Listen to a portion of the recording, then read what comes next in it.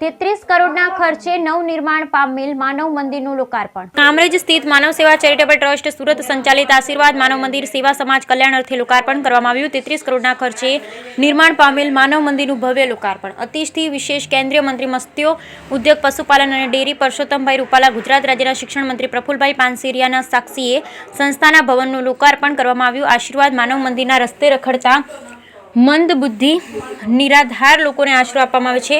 અત્યાર સુધી 4350થી વધુ નિરાધાર લોકો આશરો લઈ ચૂક્યા છે. રસ્તે રખડતા પ્રભુજીઓને હૂંફ આપવામાં અહીં લાવીને પ્રેમભાવ આપવામાં આવે છે. તેમની ભૂલાઈ ગયેલી યાદશક્તિને ફરી લાવવા માટેના પ્રયાસ કરવામાં આવે. મંદબુદ્ધિના લોકોને પ્રેમભાવ આપી સાજા કરી આજ દિન સુધી 2350થી વધારે લોકોનું મહારાષ્ટ્ર, ઓડિશા, રાજસ્થાન, ઉત્તર પ્રદેશ, તમિલનાડુ, બિહાર સહિત અનેક રાજ્યો તથા નેપાળના નિરાધારોને પોતાના પરિવાર સાથે મિલન કરાવી નિજ પરિવારને સોંપ્યા છે.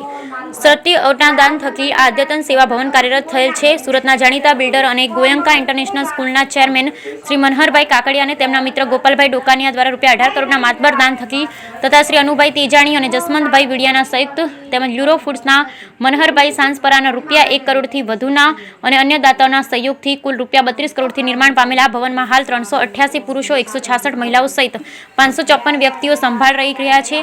અહીં નાના મેડિકલ ઓપરેશન તથા ફિઝિયોથેરાપી માટેની પણ વ્યવસ્થા ઉપલબ્ધ છે. Bureau report Natwarlal જીપાટિયા.